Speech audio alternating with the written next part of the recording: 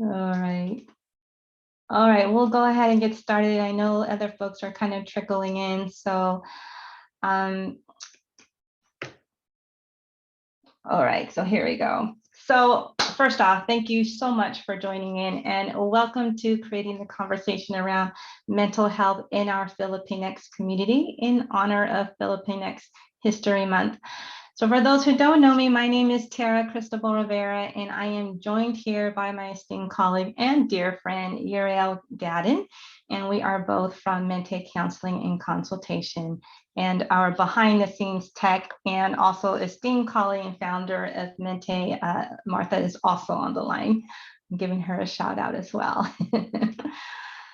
All right, so before we get started or jump into the main topic, we wanted to share our disclaimer that this webinar is purely for educational purposes, and the information that we share is not to be construed with any professional, psychological, or health advice of any kind. But as always, please feel free to consult with your professional for any medical or health needs prior to making any life-related changes.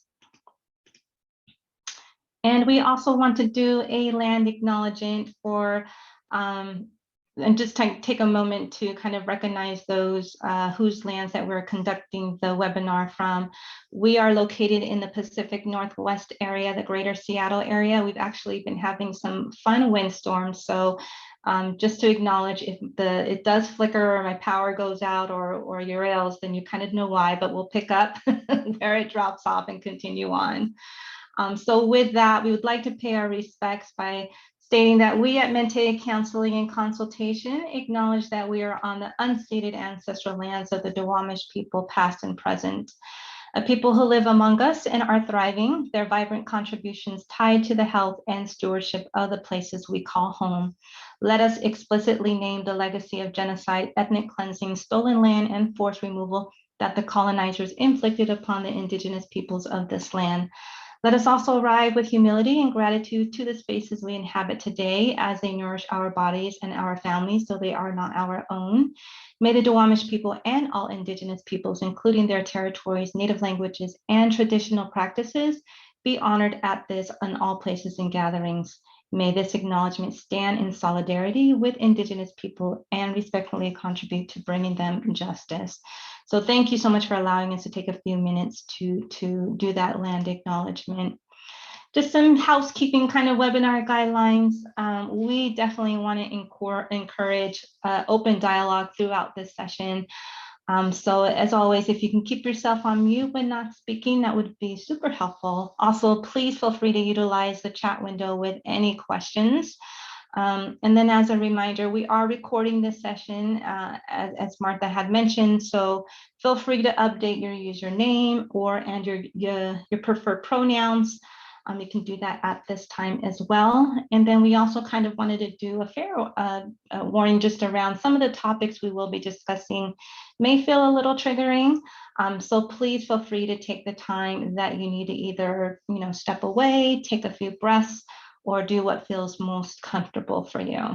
And then lastly, any information that you share with us will definitely be kept anonymous.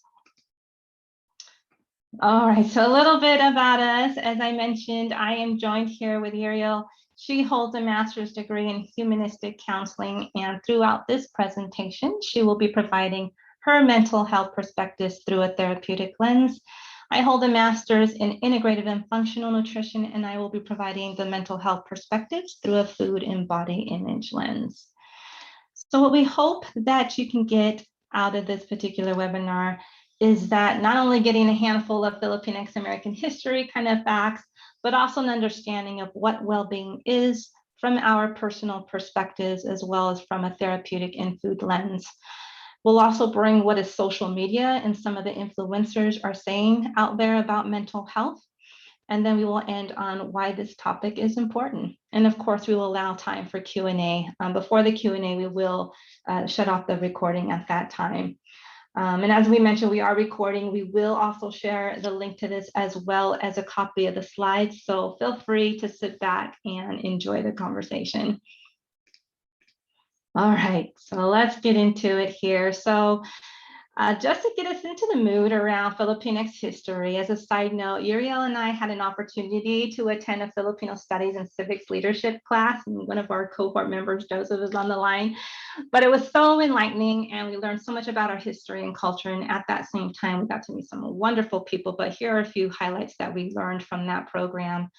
The Filipinos first landed in what is now known as Morro Bay in 1587. They arrived on a ship called the Nuestra Senora de Buena Esperanza, and they sailed from Portuguese. The Filipinos were generally served as indentured servants and as sailors aboard these Spanish ships. The picture you see there is not the actual ship, but just wanted to give you an idea what the ships looked like during that time. But the Filipinos served as indentured servants and faced really dire and kind of violent conditions during those times. And when they landed in Morro Bay, California, the Spaniards actually sent the Filipinos off the ships to go meet folks that are just kind of checked out the land on US soil. And they ran into what's called the Chumash people, the indigenous folks, and they were greeted with gifts and deerskin clothing and so forth. But when the Spaniards came on and put the cross on top of one of the hills on the indigenous lands, the Chumash folks felt the need to protect their lands for obvious reasons. There was some conflicts there, and they were able to kind of chase away the Spaniards, if you will, and they retreated back on their ship. Another highlight we like to share is the traditional Filipino dance called the tinikling, which was inspired by a tickling bird tiptoeing over traps set by rice farmers. And so this is a fun highlight for me. One of my sisters and I had a wonderful memory of my grandfather, who's actually from Pampanga. Back in my home in San Diego, we had a huge bamboo tree, cut down the bamboo sticks, and then he taught us how to do this dance. And really it's a matter of tapping the bamboo sticks down on the floor and then together. And you're essentially like dancing in between the tapping of the bamboo sticks. And so our goal was to make sure that our ankles didn't get clipped, but they always did. And my grandfather would just laugh. He just thought it was the funniest thing, but that's just a really fond and fun memory of me of learning about my Filipino history. And then last but not least, another highlight we'd like to share is around the indigenous Tao people who inhabited the Philippines prior to the Europeans arriving. They often used their clothing as a symbolism of their rank within society. Men and women were often seen as equals. And in their indigenous languages, they did not have pronouns related to like he, she, and so forth. So that was a really fun fact to learn. So at this point, I'm going to go ahead and transition it to Euryale to talk about colonialism. Hi, thank you, everyone. Again, I invite anybody that if something feels like it's triggering or you're feeling it in your body, take a walk, step back, shake your arms or move your shoulders just to kind of release some of that if you need to. So colonialism. With the Philippines, we had pre-colonial, which is prior to the Spanish arrival. And with that, and this we learned, like with Tara said, in the lead workshops, that was amazing. But just quickly, some points, the Kalatuans and Rajanates and Sultanates were generally the leaders of the tribes and villages there. And pretty much it was typically an egalitarian type of leadership. There were female leaders as well. On top of that, also, there were typically no gender hierarchies. There was utilization of SIA, which Tara touched on, and recognition of other various non-heteronormative relationships and identities. The other thing, too, was that there was animism, which was predominantly from the archipelago, and also Hinduism and Islam was practiced as a spirituality or religion pre-Spaniard. During the colonial times, which is what we considered during Spanish, American, and Japanese rule or occupation, names of the tribes and village leaders were changed to Spanish names, some of the tribes, and then and that was through a lot of the times genocide and or forced acquiescence. Spirituality and belief was changed to that of Catholicism. So erasure of a lot of the pre-Spaniard beliefs of animism, some Hinduism and some Islam, even those parts of Mindanao managed to retain a lot of that. And also we went from a lot of wars, we were from Spanish to American War, and then the Philippine to American War, and then we went into Japanese occupation. And then when we got our independence, we still had a dictatorship. So we had a very interesting history. We have a very interesting history. Next is post-colonial, which is after Philippines gained their independence. This is, I think, where we still were trying to form our identities. We still had a westernized type of form of identity. Obviously, we've had a lot of erasure of what our heritage was basically, and therefore we tend to be invisible and labeled under a monolithic term. You don't really see, well, before, they're becoming now more Filipinos, Filipinx Americans in media, but we weren't really promoted or outright, celebrated basically. We did have to deal with the model minority myth.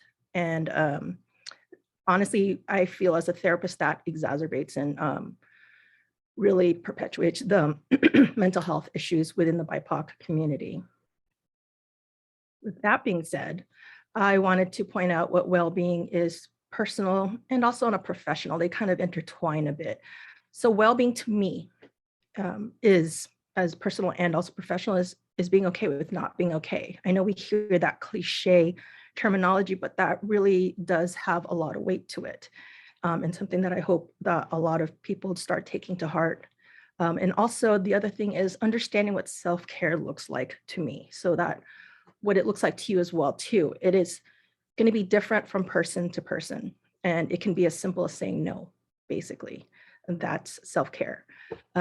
Also compassion towards myself on off days. We are having a lot of challenging situations in the modern day world. And so just realizing that you and I are just going about it the best that we can with what we have, basically, and with the environment that we're in.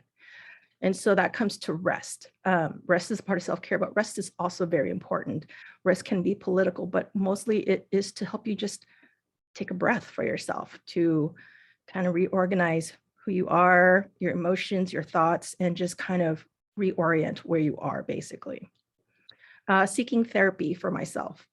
And that could look like anything for anybody as well, too. You can seek a therapist, you can seek some mentorship or help from your community leader or spiritual leader, whatever best looks for you, basically, within the Filipinx community.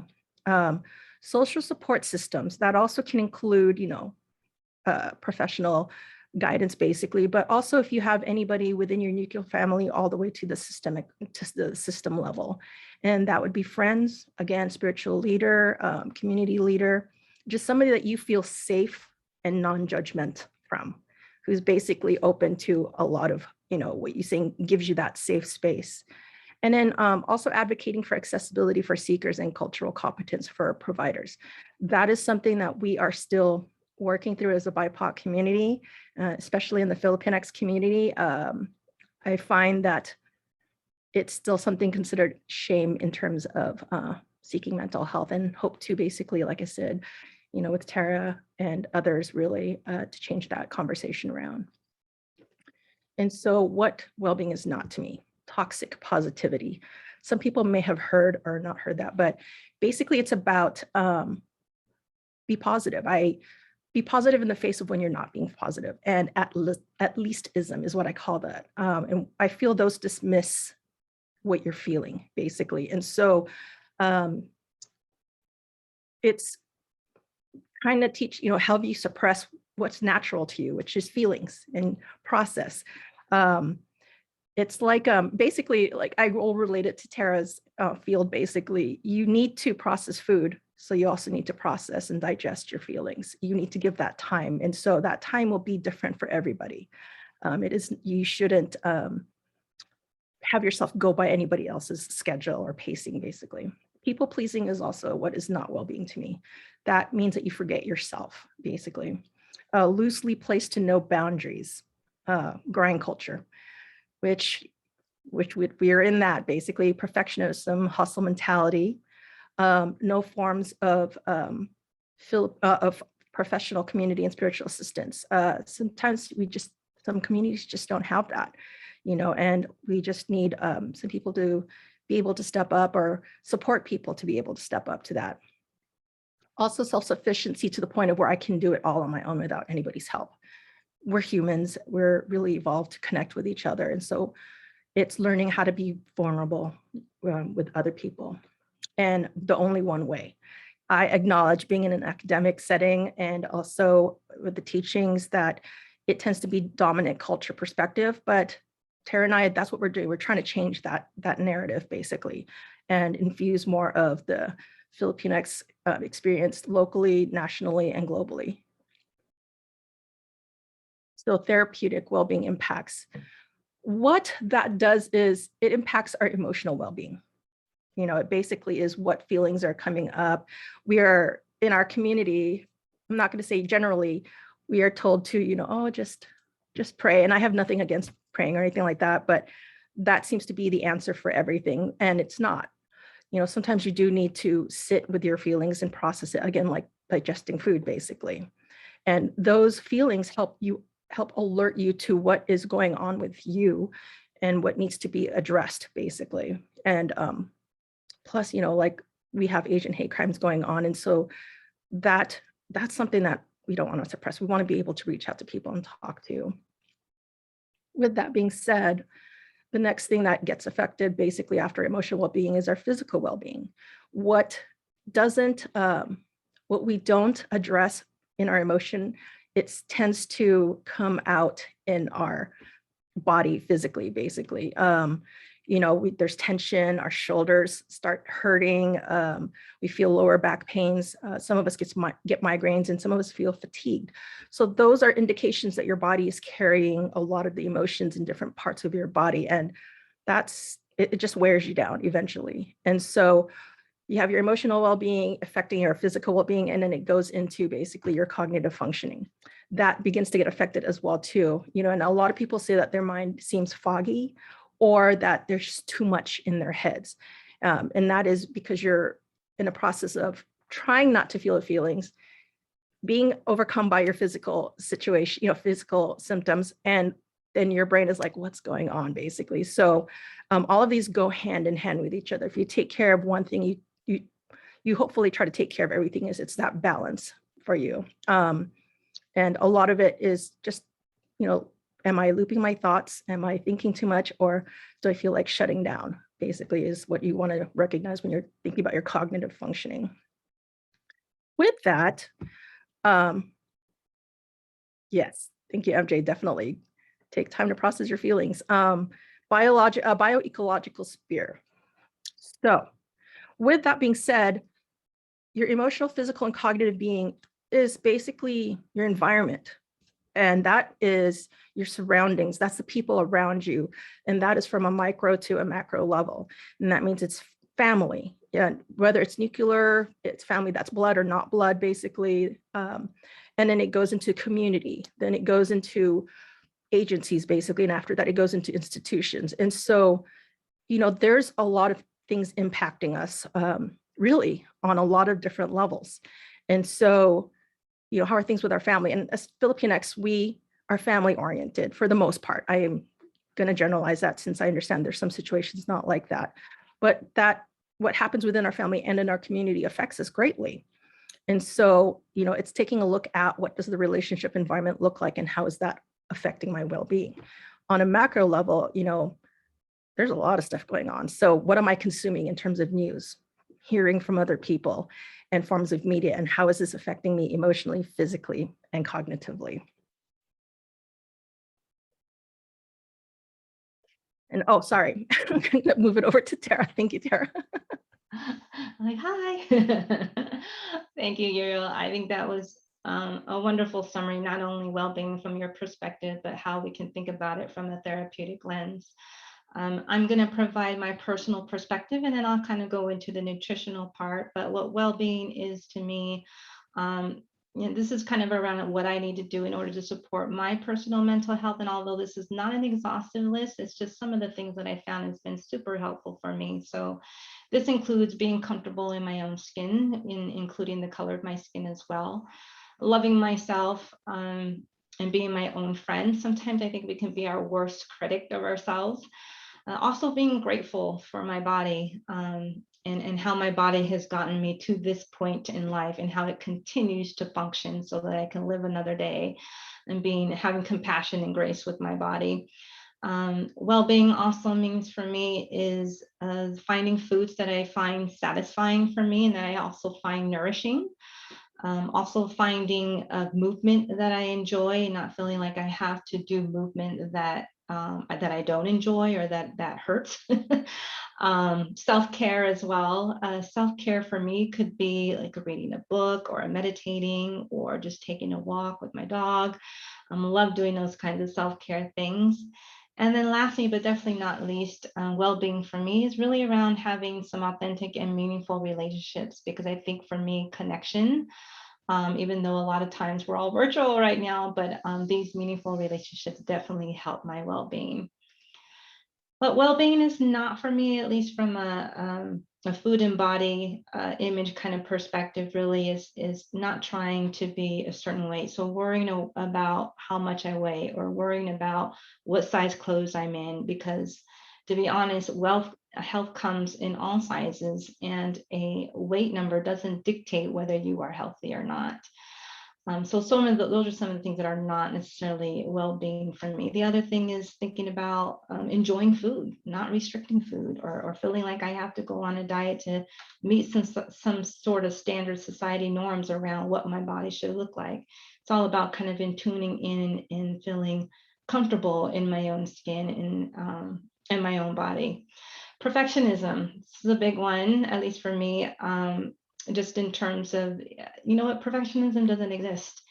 And the more it's kind of interesting how much we may strive for trying to reach something that is actually really not attainable.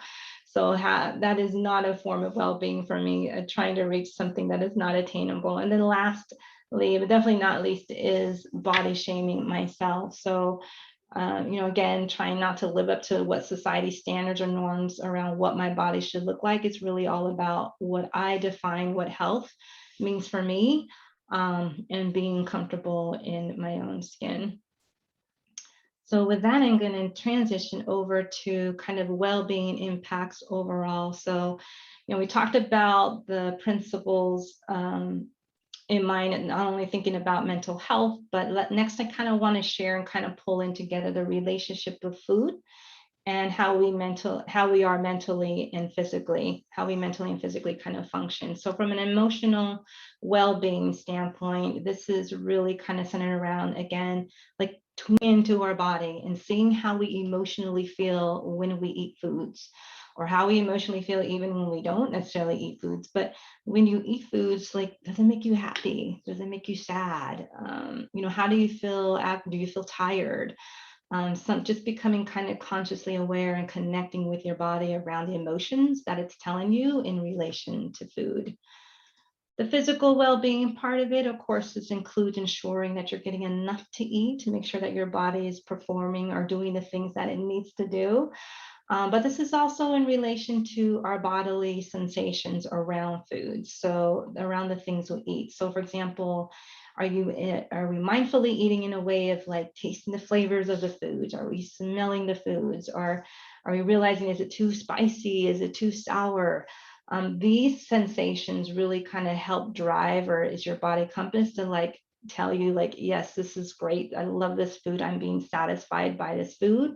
The other thing around the physical well-being of food is also kind of addressing or being aware of your hunger and your fullness cues. So for example, it'll tell you like, yep, you know what, I've had enough to eat, or it'll tell you, nope, I have not had enough to eat. Let's go ahead and eat some more. But I think, kind of assessing or tuning into what our body is telling us is super important, because I don't know how many of you, but I know that as a kid, for me, I was told, eat everything on your plate. And sometimes that could lead to uncomfortable fullness. And so again, just kind of taking a step back and tuning in and saying, I actually did have enough to eat. I will save the rest for later. So just kind of tuning in with that as well. Around cognitive functioning. So this is really highlighting, do we have enough food to kind of support our learning, memory, and focusing capabilities? And then the last part of it around our bioecological sphere, I mean, at least what this really means is at a micro level, how do our food choices and the way we may even think about our body are reflected through the lenses of our schools, our families, our peers.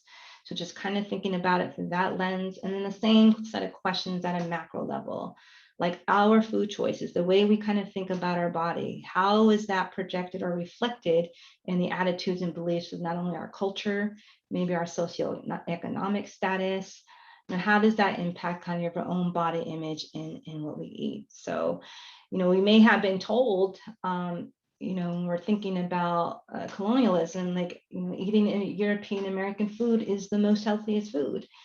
Well, we can kind of argue that that's not the case. So when we're hearing that over and over again, what does that do into our food choices, and what does that do in terms of eating or our mental health as well? So all of these factors kind of play a part in mental health as it comes to food and into body image.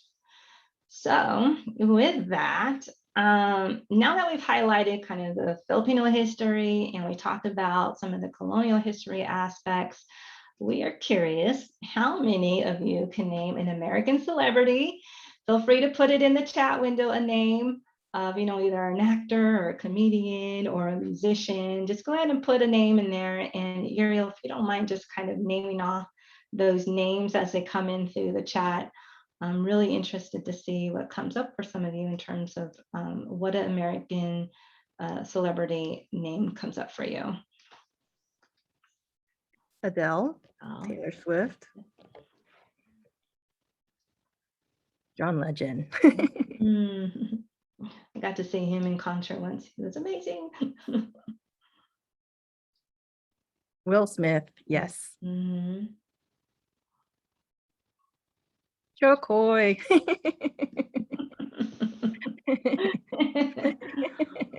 Awesome. These are amazing. Thanks everyone for kind of participating in. So with that, Jessica Alba,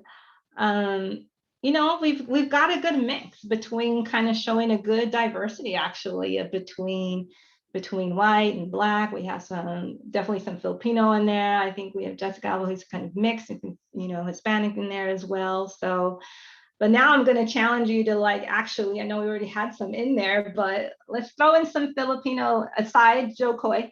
Let's see if we can throw in some other Filipinx American related celebrity names. Joe Coy's used already, sorry. I know. Will I Am, Black Eyed Peas, yes. Yes. Dave Salonga, yes.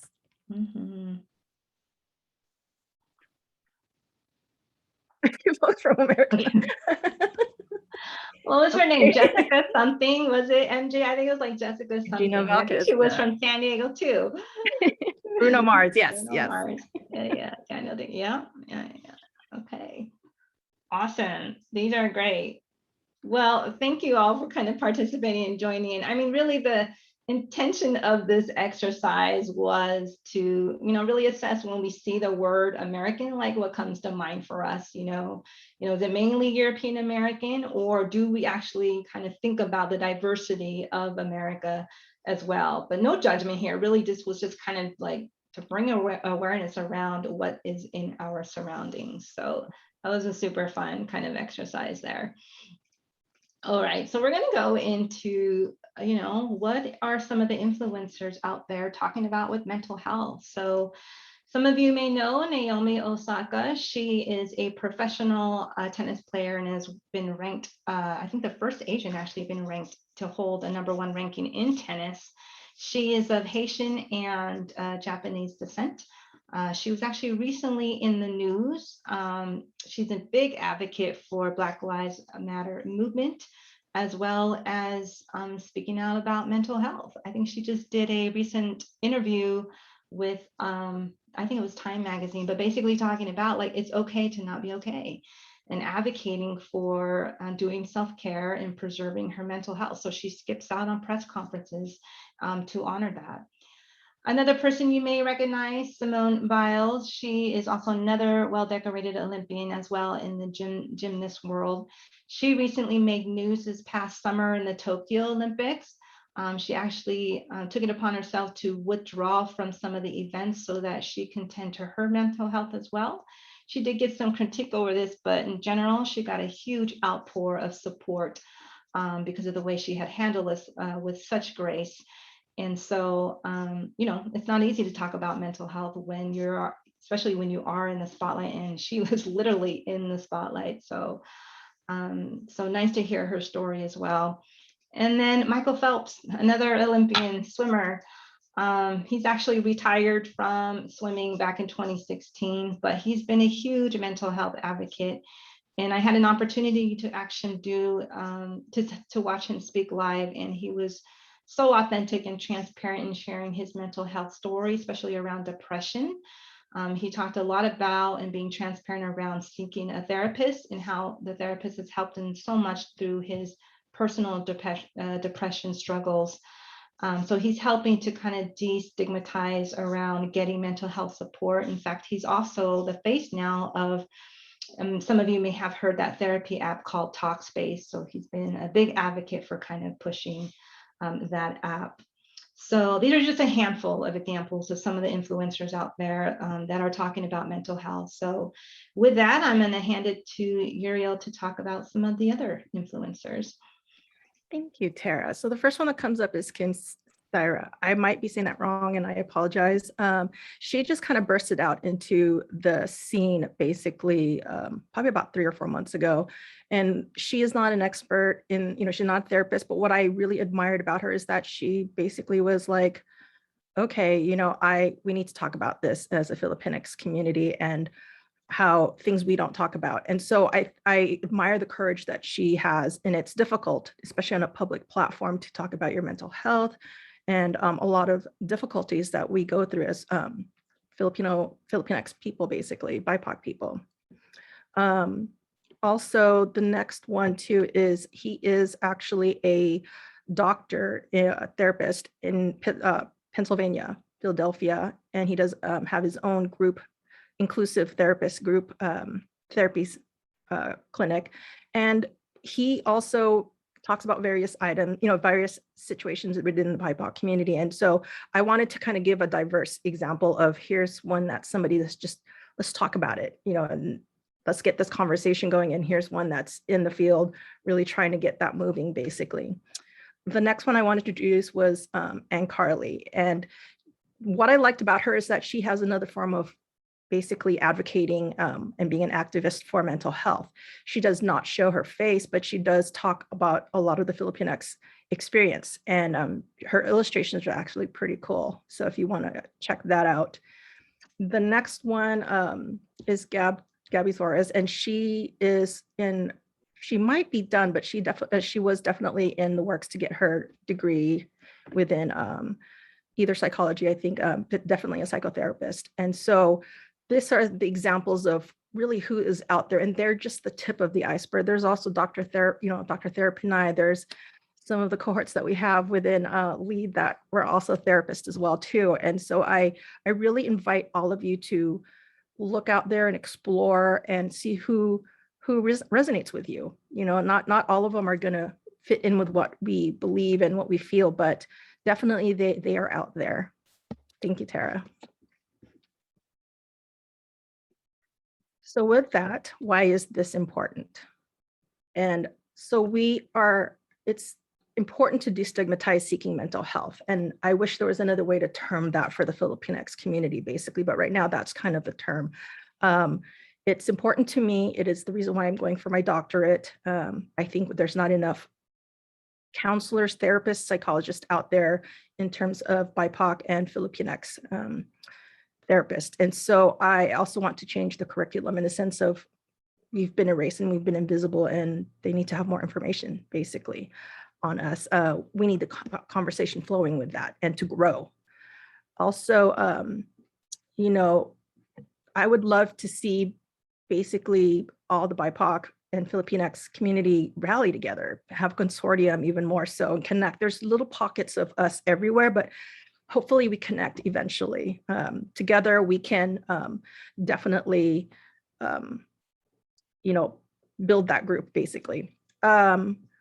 Also, we need to build our support system, something that I touched on, because we are in an ongoing crisis, which is the pandemic, and also just a lot of things on the global scale. So with that, I really, ask and suggest, it's up to you, that you just take the time to find out, regain, or create your own narrative within our cultural, our Filipinx culture. What is it that we can shine basically and grow, and then what is our story as we move forward? And then with that, I will pass it on to Tara. Thank you, Euryale. I loved your summary around that, right? Just, and that word stigmatize or destigmatizing is weighted as well. So I appreciate you opening up around, how do we have that conversation and narrative that may, what are some of the words or other things we can kind of think about in helping to kind of just open the conversation. And I think doing things like this and meeting other folks virtually or in person to continue the dialogue is, I think, really impactful and powerful. Why this is important, at least from a food and body image perspective, again, as we kind of went through the little bit of the history around Filipino colonization and what our ancestors were taught in terms of, our food, our languages, our spiritual practices. We were taught, our ancestors were taught that was inferior. And so that does kind of take an impact on mental health when we think about our ancestors passing on some of those beliefs from generation to generation. And again, no judgment, not to anybody's fault, right? That was just what we were taught, and that is what's in the books as well. So when we think about, how we are adjusting maybe some of the things from a body image perspective, or even like what we need to eat, or what we think we should look like, just to align to what we think is the main culture of whatever country you may be living in, that can kind of take a toll as well. So as Euryale had mentioned, I think it's all about kind of inviting ourselves to not only learn more about our history and our culture, and you might be culture, and you might be multiracial. I am one of those folks as well. And so you think about the intersectionality of not only where you live, what ethnicities make up for you, your cultures, your families, and so forth. So finding out and defining what that is right, or what that is for you, can definitely have a positive well-being impact as well. So with that, yeah. Salamat, thank you. I think at this time we're going to go ahead and end this recording here, but we're definitely going